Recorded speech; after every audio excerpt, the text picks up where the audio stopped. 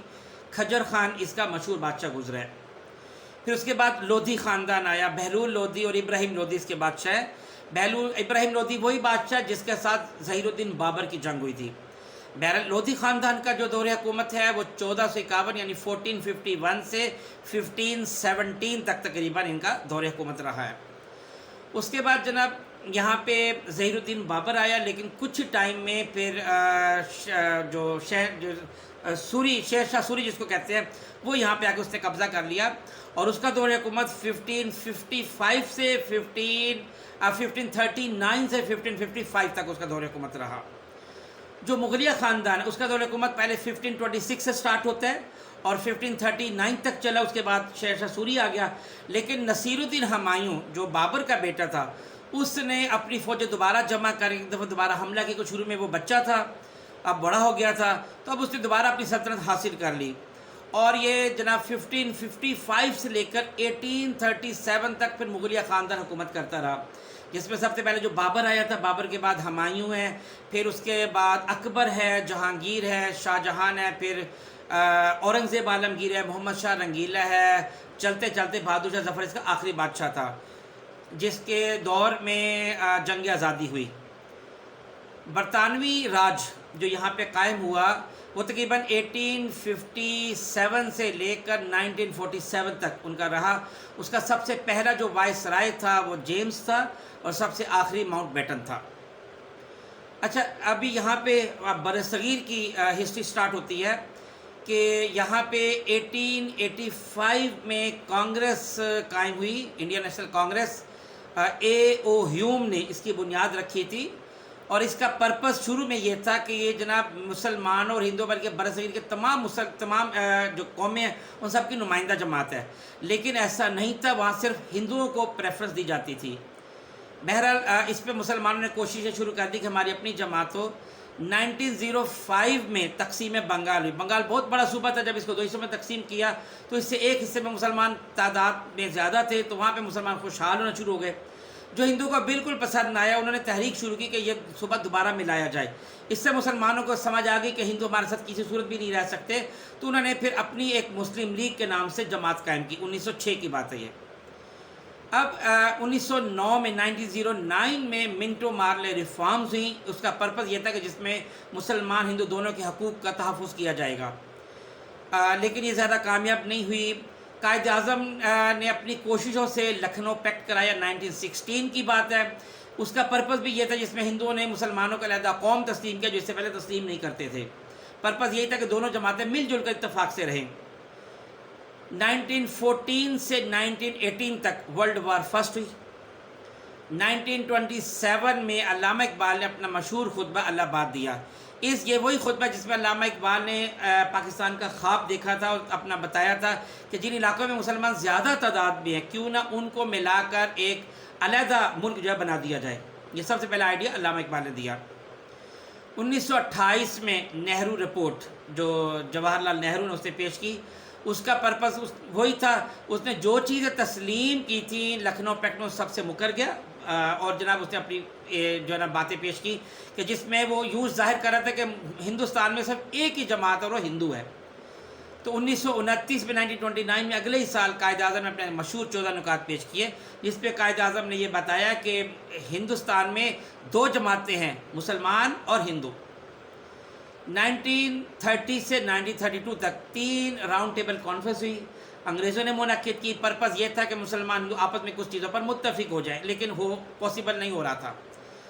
تو بہرحال کچھ چیزوں پر جو اتفاق ہو گیا تو ان کو سامنے رکھ کر 1935 میں انگریزوں نے گورنمنٹ آف انڈیا ایکٹ پاس کیا۔ یہ وہی گورنمنٹ آف انڈیا ایکٹ ہے کہ جب پاکستان بنا تو سب سے پہلا جو قانون تھا وہ یہی تھا، اسی میں ہلکی سی چینجز کر کے اس کو لاگو کیا گیا۔ 1937 میں ہندوستان میں الیکشن ہوئے، یاد رکھیں کہ پاکستان اور انڈیا بننے سے پہلے یہ ہندوستان کہلاتا تھا۔ تو 1937 میں الیکشن ہوئے جس میں کانگریس جو ہے وہ جیت گئی۔ ہندوؤں نے مسلمانوں پر بہت ظلم و ستم کرنا شروع کیے، کئی مسلمانوں کو نوکری نہ ملتی، بلکہ جو اچھی پوسٹ ہوتی تو اس میں یہ لکھا جاتا ہے کہ مسلمان اس اسامی کے لیے درخواست نہیں دے سکتے۔ 1939 میں ہندوؤں نے اپنی وزارتوں سے استعفیٰ دے دیا، جس پہ مسلمانوں نے یوم نجات بنایا۔ 1940 میں قرارداد لاہور پیش کی گئی اور وہ پاس ہوئی، جس کے بعد مسلمان نے اپنی بہت تگ و دو کی تاکہ مسلمان جو ہے وہ اپنا علیحدہ وطن لے سکے۔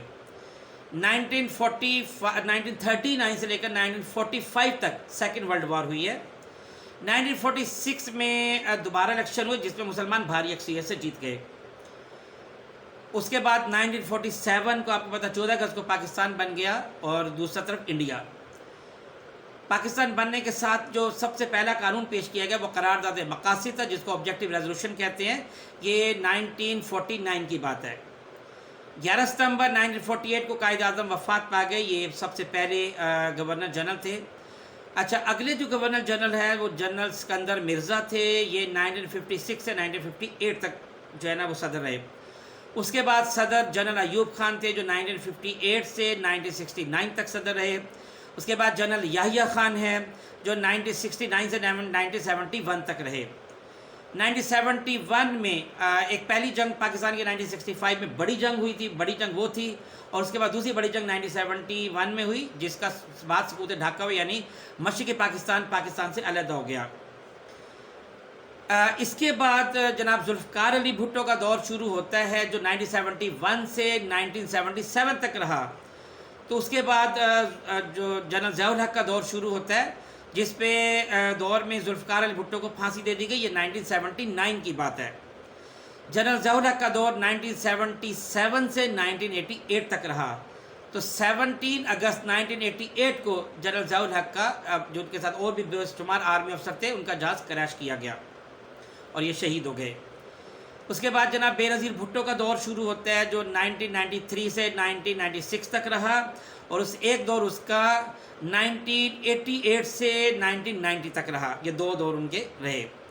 پھر نواز شریف کا دور ہے، نواز شریف کا دور ایک 1990 سے 1993 تک ایک دور رہا، اور ایک ان کا دور جناب 1997 سے 1999 تک ایک دور رہا، اور ایک ان کا جو 2013 سے 2018 تک رہا۔ اور جو اس کے بعد 2018 میں الیکشن ہو، اس کے بعد پی ٹی آئی یعنی عمران خان کا دور ابھی تک چل رہا ہے۔ پاکستان میں اب تک 3 قوانین بن چکے ہیں، 3 دفعہ قوانین بنے جو بڑے، ایک دفعہ 1956 میں بنا تھا، ایک دفعہ پھر اگلا 1962 میں بنا، اور ایک دفعہ 1973 میں بنا۔ ابھی تک پاکستان میں 1973 کا جو قانون ہے وہ چل رہا ہے، اس میں ہر دور میں تقریباً تھوڑی تھوڑی امینڈمنٹ ہوتی رہیں۔ یہ تھی پوری ہسٹری جو حضور پاک صلی اللہ علیہ وسلم کی پیدائش سے لے کر اب تک میں نے آپ کو بتائی ہے۔ اس کو ایک دفعہ آپ نے غور سے سنا ہے، ایک دفعہ اور غور سے سن کے جو اہم جو میں نے ایئرز بتائے ہیں ان کو یاد کر لے، اور انشاءاللہ اس کے بعد آپ کو ہسٹری بہت اچھی لگے گی۔ لیکن ابھی میرے ہسٹری پہ اور آپ کی پاک اسٹڈی پہ بہت سارے ابھی اور لیکچر آئیں گے جس میں آپ کو میں بہت سارا میٹیریل انشاءاللہ پرووائڈ کروں گا، تمام بک سے انشاءاللہ پرووائڈ کرنا ہے۔ لیکن چونکہ آپ پاک اسٹڈی کو کہتے ہیں جو ڈرائی سبجیکٹ ہے، انشاءاللہ میں آپ کو اس کا ڈرائنس ختم کر کے دکھاؤں گا۔